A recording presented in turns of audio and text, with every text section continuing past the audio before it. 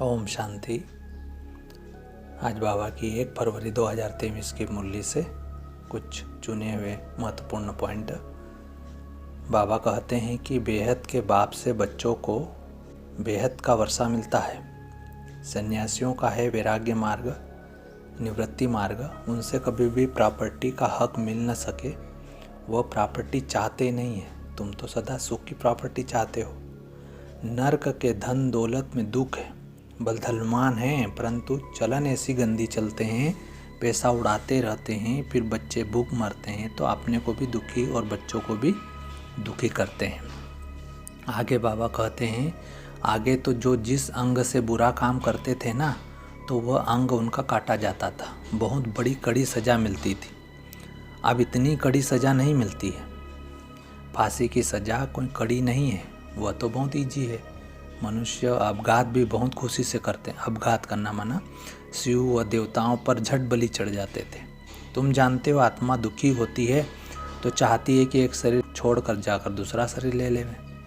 वह अपघात करने वाले ऐसे नहीं समझते हैं। वह तो यहाँ ही एक शरीर छोड़कर फिर यहाँ ही गंदा जन्म लेते हैं। ज्ञान तो है नहीं, सिर्फ शरीरों को ख़त्म कर देते हैं जिससे दुख का कारण बनते हैं, फिर भी दुखी होकर जन्म पाते हैं। शिव बाबा वहीं पतितों का पति, पिताओं का पिता है। सब कुछ वह एक ही है, उसमें सर्व संबंध आ जाते हैं। भगवान कहते हैं, इस समय के जो भी तुम्हारे चाचे, काके, मामे आदि हैं, वह सब तुमको दुख की राय बताएंगे, उल्टे रास्ते की आसुरी मत ही देंगे। समझो, लौकिक बाप कहते हैं कॉलेज में पढ़कर बैरिस्टर आदि बनो। वह कोई उल्टी मत थोड़ी है। शरीर निर्वाह अर्थ तो वो राइट है, पुरुषार्थ तो करना ही है। उसके साथ साथ फिर यह 21 जन्मों की शरीर निर्वाह अर्थ भी पुरुषार्थ करना है। पढ़ाई होती है शरीर निर्वाह के लिए। कोई इम्तिहान पास कर लंदन गया, वहाँ मर पड़ा तो पढ़ाई ख़त्म हो जाएगी। वह है ही विनाशी पढ़ाई। यह है अविनाशी पढ़ाई 21 जन्मों के लिए, जिसका कभी विनाश नहीं होता है। शास्त्रों की पढ़ाई भी है निवृत्ति मार्ग वालों के लिए, शरीर निर्वाह अर्थ। वह अपने शरीर निर्वाह अर्थ ही पढ़ते हैं। आगे बाबा कहते हैं, आगे सन्यासी पैसे के लिए सन्यास नहीं करते थे। वह तो चले जाते थे जंगल में। इस दुनिया से तंग हो अपने को छुड़ाते हैं, परंतु छूट नहीं सकते। बाकी पवित्र रहते हैं। पवित्रता के बल से भारत को थमाते हैं। यह भी भारत को सुख देते हैं। यह पवित्र नहीं बनते तो बाबा कहते हैं भारत टू मच वेश्यालय बन जाता। बाबा कहते हैं कि टाइम कोई अब जास्ती नहीं है, बहुत थोड़ा सा टाइम है।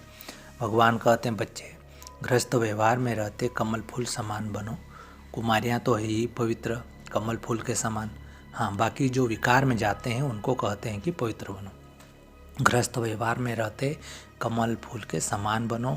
हर एक स्वदर्शन चक्रधारी बनो। आगे बाबा कहते हैं, सिवाय इस योग बल के पुराने विकर्म किसी भी हालत में किसी के विनाश हो नहीं सकते। प्राचीन योग भारत का ही गाया हुआ है।